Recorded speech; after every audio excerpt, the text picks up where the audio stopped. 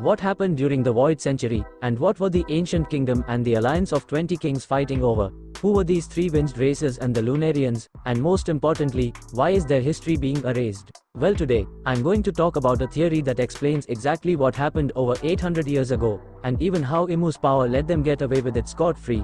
But please make sure to hit a like, because it really does make a difference in that all-important algorithm. Anyway, on the mega theory.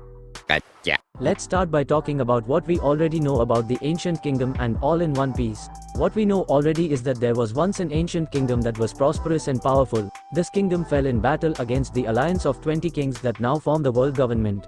But what were they fighting over? From looking at Ani's lobby, we learned that the poneglyphs were created to protect the true history.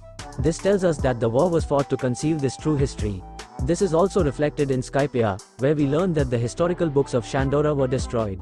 Which connects us to Professor Clover's words, where he asked why the creators of the poneglyphs felt the need to carve the message in indestructible stone. They feared that the message would be destroyed if it was recorded in any other way. This tells us that there was something very important in the historical records of Shandia that the world government wanted to erase. But what could that have been? I believe it is connected to what we learned in Enel's cover story.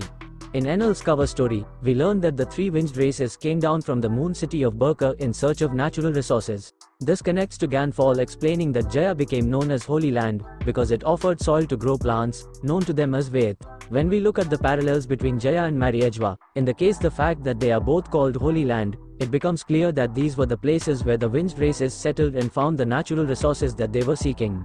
We know already that 𝚲𝚙𝚢𝚗 was previously the home of the Lunarians before they were kicked out by Imu and his allies. This presents an interesting parallel to Enel that may tell us more of what happened. Whilst Enel wanted to send the winged people to the surface and return to the moon, while the winged people came from the moon and settled in the sky. Enel's words can be reframed as if they are being said by Imu, and it gives a good idea of how Imu rose to power. Interestingly, this also potentially extends as far as telling us the origins of the winged races settling in Shandia. The Shandorians were always talking about their ancestors, and it seems now that these ancestors were the Lunarians. It would track then that Imu did what Enel said he wanted to do, and he sent the Lunarian people down to the surface so that he could claim his place as god. This parallel even potentially frames Joy Boy as a parallel to 𝚲𝚘𝚙𝚢𝚗, the god who was usurped. In turn, this would lead into the origins of sun god Nika as a warrior of liberation, just as 𝚲𝚲𝚙𝚢𝚗 became after he was usurped by Enel. 𝚲𝚲𝚙𝚢𝚗 says these words, and they are likely true of Nika as well.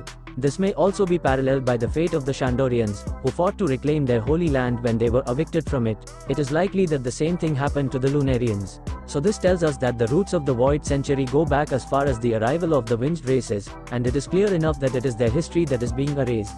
But why is that? We now know that the ancient kingdom had great technological advancement by their own right, and it is likely that they not only prospered from plants but also became master botanists, capable of healing nearly any ailment.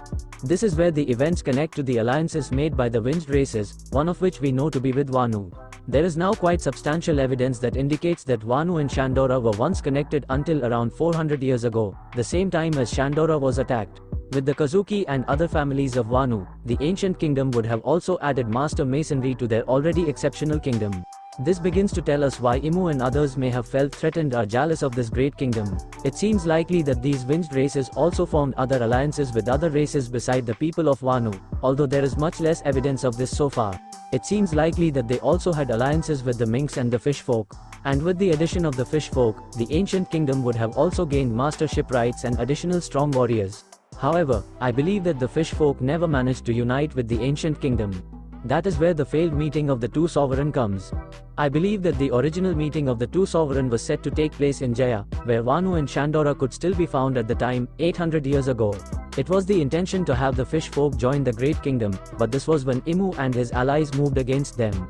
Imu and the world government prevented the people of Fishman Island from joining the ancient kingdom, because one of the kingdoms already claimed Fishman Island as their territory.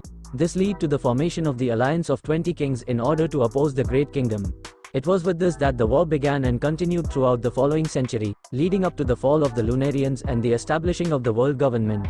The war was fought to take the power and technology of the ancient kingdom. To conclude, I believe that the void century was caused by the formation of an alliance against the ancient kingdom because they had become too powerful and prosperous. The history was erased in order to hide the origins of the winged races and the fact they founded this kingdom. The true history is that the ancient kingdom was created by the winged races and they became recognized as gods. The truth is that the ancient kingdom was the combination unification of these groups in one country, the country of harmony, Wano Kuni.